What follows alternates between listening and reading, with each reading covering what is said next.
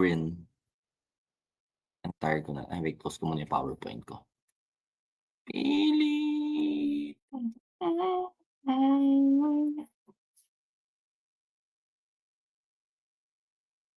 for a while.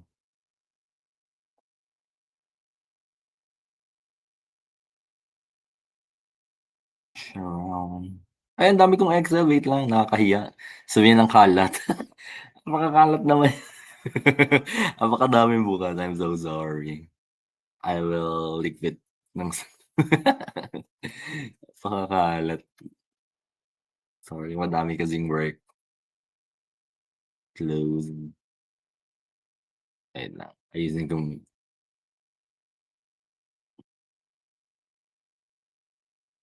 ay puwede niyo palang i-record yung session para sa mga ibang kagrupo na wala rito.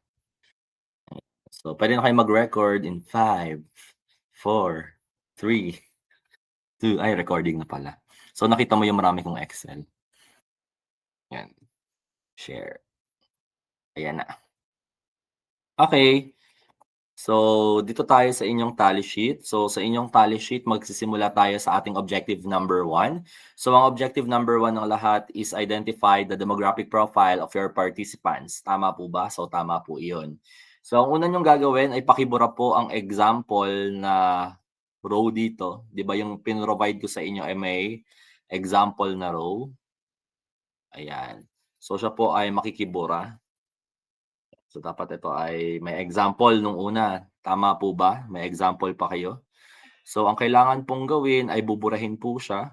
So, kindly select yung buong row na ito para sa may mga example pa. So, kapag na-select yung row, right click, then may delete po tayo diyan, okey? Tapos makikilagay po ng respondent dito sa taas ng respondent 1, 2, 3, 4, 5, 6, 7 hanggang kung ilan mang respondent ang meron kayo. So again, ang unang gagawin, pakibura yung lahat ng may example row pa. So makiki-delete po iyan. Then makikilagay po ng respondent dito sa area na 'to, sa taas ng inyong lahat ng respondent kung ilan man. Okey? Yan. So sa Excel, puwede tayong gumalaw ng kada cell. So ito yung tinatawag nating cell, cell, cell, cell 'to, cell 'to, cell 'to, cell 'to. Cell yan lahat, yung tagi-isang rectangle or boxes.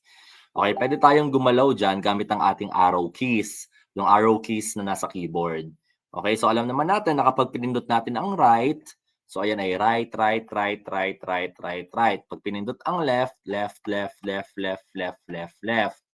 'Pag pinindot ang down, down, down, down, down, down, down, at pinindot ang up, up, up, up, up, up, up. Okey? So, yun yung basic movement natin, isa-isa. So, kada pindot ng ating arrow keys ay isa-isa rin ang galaw. Okey? So, puwede nating samahan ng control button ang ating arrow keys. Okey, so for example, kapag pinindot ko ang control sabay ang right, so dito po ako magsisimula, sa may respondent na ito. So kapag pinindot ko ang control, kasabay ng right, control right, so ang mangyayari pupunta yung selected cell ko sa may dulo, may dulong value. So kapag kinontrol left ko, pupunta siya dito kasi ito yung may dulong value, okey? So ibig kapag kinontrol down ko, pupunta ako sa dulo na may respondent ako. Kapag kinontrol up ko, edi babalik ako doon sa may respondent. So again, tatandaan, kapag ginamit ang control plus yung arrow keys, pupunta siya doon sa may dulong laman na cell. So halimbawa, lalagay ako dito ng isa na blanko, 'di ba, naglagay ako ng blanko dito. So kapag nagsimula ako dito sa respondent, ta's nag-control right ako, hindi ako mapupunta doon sa pinakadulo ko na number of working hours per day. So mapupunta ako sa location, kasi na-detect niya na meron akong blankong area rito. Okey, kaya kapag gagamit ng control right, control left, make sure lang na wala tayong naiiwang puwang sa column man 'yan o sa row. Okey po? 'Yan. So kapag nasundan naman ang paggamit ng control plus arrow keys, ayan, ano tayo, confetti. 'Yan, confetti tayo diyan, mga mamser. Ayan, thank you so much. Ayan. So, yung sunod natin, kapag nag-highlight tayo, di ba? Kunwari, select natin to, respondent name at age. Normally, ang ginagamit natin ay mouse. Ayan, select natin yan, respondent name and age. Di ba? So, kapag select natin yung mas mababa pa, ginagayaan natin. Dinadrag natin yung ating mouse. Pero sa Excel po, ay pwede nating gamitin ang shift button naman kasama ang ating arrow keys. So, for example, pag pinindot ko ang shift and right, ayan siya, mase-select yan, ma-highlight. Okay, so again, para mag-highlight, gagamitin natin ang shift plus yung ating arrow keys. Okay? Ayan, shift plus yung arrow keys. So therefore, kung gusto kong mag-highlight ng lahat, pwede kong ipag-combine si control at shift. So control, shift, arrow. Okay, so for example, i-highlight ko yung buong row na to, control, shift, right. So i-highlight ko na lahat, control, shift, down. Alright? So again, control, shift, left, control, shift, down. At na-highlight na natin yung ating buong table. Okay, again, control, shift, right, control, shift, down. Ma-highlight na ang buong table. Okay, so kahit i-zoom out natin yan, from respondent 1 to respondent 50, ayan, na-highlight siya lahat. Alright po. Yan. Nagets po ba yun? Kung nagets naman po, ay palakpak naman po tayo dyan. Ano yun, Dom? Maling kamay, sir. Sorry. Ay, mali. Nakikita ka namin bukas ang video mo. Yun. Yan. So, next, ayan. So, gawin na natin yung ating objective number 1, which is yung identify yung demographic profile ng ating participants. Okay, so ang una nating gagawin ay isa-select natin yung ating table. So, ganun ulit, Control-Shift-Right, Control-Shift-Down. Kapag na-highlight na natin lahat, so make sure na ang naka-highlight lang ay yung ating demographic profile. Okay? So, kapag na-highlight na natin siya lahat, so i-activate natin yung ating pivot table. Okay, so paano mag-activate ng pivot table? So pipindutin isa-isa, hindi sabay-sabay, Alt, tapos D, tapos P. Again, to activate the pivot table, ang pipindutin natin isa-isa ay Alt, D, at P. Okay, so again, kailangan naka-highlight muna yung mismong table, isa-isa, Alt, D, P. Tapos lalabas ang pivot table and pivot chart wizard.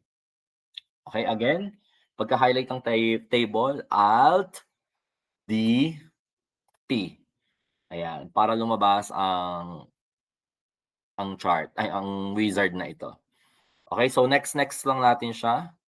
Next, and finish. Okay, ayan. So meron tayong next, and finish, tapos lalabas ang area na ito. So ito ang tinatawag nating pivot table. Yan. So kapag lumabas na ang inyong pivot table, sige nga, ano tayo, thumbs up ulit. Pag may pivot table na. Yan. Yung iba na palabas nyo ba?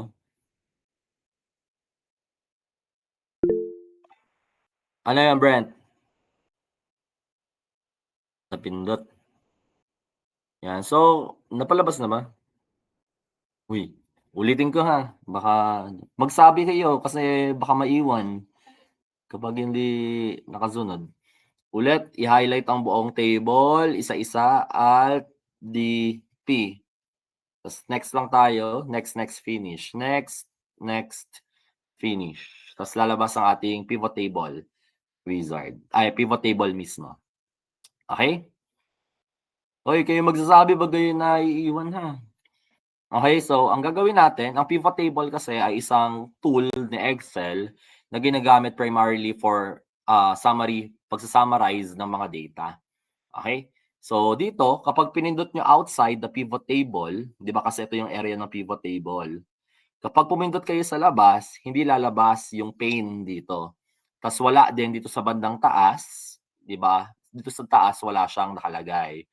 Pero kapag pinindot natin yung pivot table na area, ayan, lalabas yung command, ay yung mga ano dito, sa settings ni pivot table. So meron ka ditong pivot table analyze and pivot table design. Okay? So, ang gagawin natin ngayon ay isa-summarize natin yung mga data na meron kayo. Okay, so let's begin with the age. Yan. So, pagkapindot dito, sa right side, nandito yung ating pivot table fields. Okay? So, ang tingnan natin ha kung paano siya ma-summarize. So, simulan natin si age. Diba? Si age. So, para kay age, i-drag natin siya papunta kay row.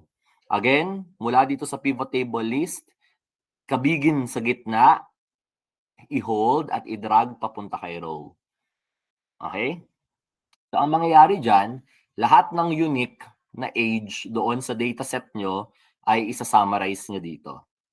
So again, anong ginawa? Dinarag, yan, hinila o kinabig ko lang si age at dinala ko sa row. Okay, kasi kung titingnan nyo, yung raw data nyo, for example, maraming nauulit dyan. Halimbawa, ito, si respondent 13 ko ay 18 years old, si respondent 15 ko ay 18 years old din. Diba? So, ang daming multiples. So, dito, ang ginagawa ni pivot table, unang-una ay kinukuha niya yung mga unique values mula doon sa dataset na pinanggalingan niya. So, in this case, wala ka ng dalawang 18, let's say. So, 18 na lang kasi yun yung unique age. Okay? So, sunod na gagawin natin, ang gusto nating mahanap ay frequency. Di ba? Kung ilan ang 18 years old, ilan ang 19 years old, ilan ang 40 years old, ilan ang 55 years old. Gusto nating malaman yon. Okay? So, ang sunod nating gagawin, i-drag or kabigin naman natin si age papunta kay values. Okay? Again, anong ginawa ko? Kinabig ko lang si age pababa kay values. Okay? So, tatandaan din na pagkakabig mo sa values, kapag numerical yung dataset, di ba kasi age to ibig sabihin siya ay numerical. 24, 38, 36, number yon. So, ang default niya ay sum. So, parang pinag-a-add niya. Okay? So, dahil ang kailangan natin ay frequency or yung count, kung ilan ang 18, ilan ang 24, dito sa sum of age na nasa values part ng ating pivot table fields, i-click lang natin siya, left click, tapos i-select natin yung value field settings. Again, left click lang and pindutin ang value field settings. Okay? And instead of sum, ang pipindutin natin ay count. Again, mula sum, ang gagawin ay count. Then hit OK. Okay? So again, ulitin ko ang pag-pivot table. Age ka, big pababa kay row. Age ka, big papunta kay values. Pindutin ito, left click. Value field settings at gagawin siyang count. Then hit OK. So ngayon, na-summarize na kung ilan yung kada edad. So halimbawa, meron akong 4. Ayan, sinenter ko lang medyo OZ. Pero pwede namang hindi. Yan, meron kang 4 na 18 years old, may 3 akong 34. Ayan, tapos ang total na respondent ko ay 50. Okay, just make sure na ang grand total nyo rito ay kung ilan yung total ng respondents nyo. So in this case, sa sample na tally sheet na to, meron akong 50 na respondents. Therefore, meron din akong 50 dapat na grand total dito. Okay? Yan. So kapag nakasunod at this point, yan, mag-ano tayo. Wow naman. Checking lang. Ano ba yun? Mali ulit, mali. May representative ba lahat? So okay naman. Yan. So ngayon, di ba ang format natin kasi sa ating paper, so for example, meron kang age, tapos meron kang frequency, then meron kang percentage. Ganyan yan age, frequency, and percentage. Alam mo, pinsin mo, hindi siya kasha. Di ba, frequent lang. So, minsan ang ginagawa natin, dinadrag-drag natin yan hanggang magkasya siya. Ayan, sige. Kuwari nakaganyan siya kanina, nakaganyan. So, ang ginagawa natin commonly, ayan, dinadrag natin siya hanggang magkasya siya. Okay, so wag gayon, ha? Kunwari gayaan siya, tapos gusto mong ma-fit ang mga laman. So, i-select lang natin to, itong guhit na to, yung arrow dito, sa pagitan ng A at ng 1. Click lang natin yan. Yan, click. E di na-select ang lahat. Okay? Tapos punta lang tayo sa pagitan ng kahit anong column. So for example, ito si A at si B. So kapag tinapat mo yan sa gitna, magbabago yung cursor niya. Okay, kunwari ito, si K at si L. Kapag tinapat mo sa gitna ni K at L, magbabago yung cursor niya. So ang gagawin lang natin, kahit saan, kapag nagbago ang cursor sa gitna ng dalawang column, double-click lang po tayo. Tapos mag-auto-fit yung mismong contents sa laman. Okay? So, ganun din po kapag row. Kunwari ito ay kakapal. Ayan, sobrang kapal naman yan. Gusto mo ay yung sakto lang, yung kasya lang. So, ang gagawin lang, so ganun din sa pagitan ng dalawang row, double-click lang at ayun, mag-fit na siya. Okay? So, syempre, ang gusto natin sa ating table ay ayan, nakalagay lang. 'Di ba? Kung lahat yan ay nakalagay, sobrang haba ng table mo. 'Di ba? So normally ang ginagawa natin ay bina-bracket natin siya. So pag sinabi nating bracketing ay kunwari 15 to 30 years old, yung mga gano'n. 30 to 45 years old, gayon. So kailangan nating i-bracket ito. Okay, so paano natin siya iba-bracket? Yan. So para ma-bracket natin siya, kailangan lang natin pumindot ng isa. O, pindot ka lang anywhere here. Yan, pindot ka lang ng isa. Yan. So kapag nakapindot ka na ng isa, yan, punta tayo sa taas, sa pivot table analyze. So again, kapag pumindot ka ng isa, sa taas na may lalabas na pivot table analyze at design. Doon tayo sa pivot table analyze. Okay? So pagkapindot sa pivot table analyze, pindutin lang natin ang group selection. Ito, under ng group, meron tayong diyang group selection. Okay? So may lalabas na grouping dito and we just need to hit OK. And afterwards, mababracket na niya yung data natin. So ganun ang ginawa.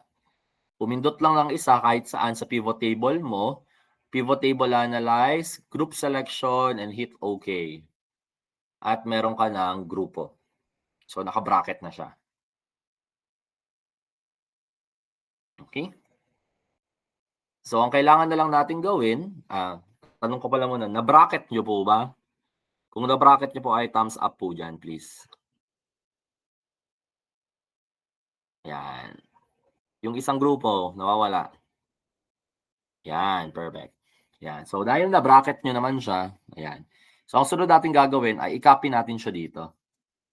Okay, so highlight lang natin to, yung nasa loob ng pivot table, Control C, yan, tapos Control V nyo siya dito. Okay, so paste nyo lang dyan. So, yan. Yan. Center. Yan, so sa baba, lalagyan natin ng total.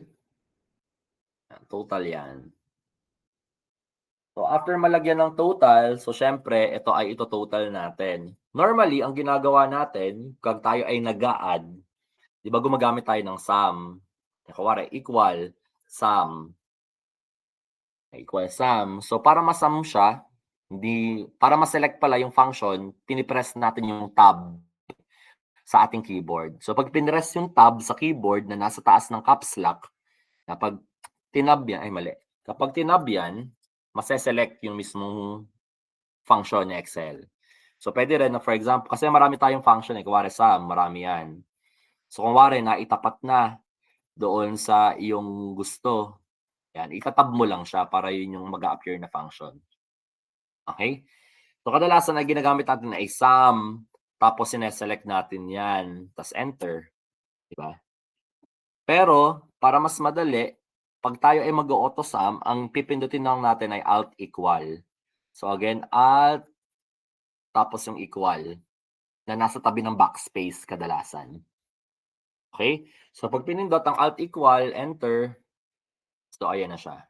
Mag-auto sum na siya. So again, alt equal lang. Yan, para mag-auto sum. Okay? So muli, dapat yung total dito ay kung ilan yung total ng respondents na meron kayo. Okay? Afterwards, Ayan. So, para makuha natin yung percentage, ayan, alam naman natin na i-divide lahat doon sa total. For example, siya ay gagawing 9/50, tas 12/50, 18/50, 11/50. Di ba? Tas i-multiply sa 100%. Okay? So, since lahat naman sila ay i-divide sa 50, so kailangan natin siyang i-lock. So, bakit kailangang i-lock? So, magsasample ako So, for example, ito, equal yung frequency divided by yung total. Yan. Kapag hindi ko siya nilock, ang mangyayari kasi kapag kinopy ko 'tong formula na 'to at pinaste ko sa baba, walang lalabas. Kasi nagalaw lahat. 'Di ba kunwari ito yung dinivide mo, ito siya at ito. So kapag nag-paste ako pababa, bababa rin siya. So ito at ito.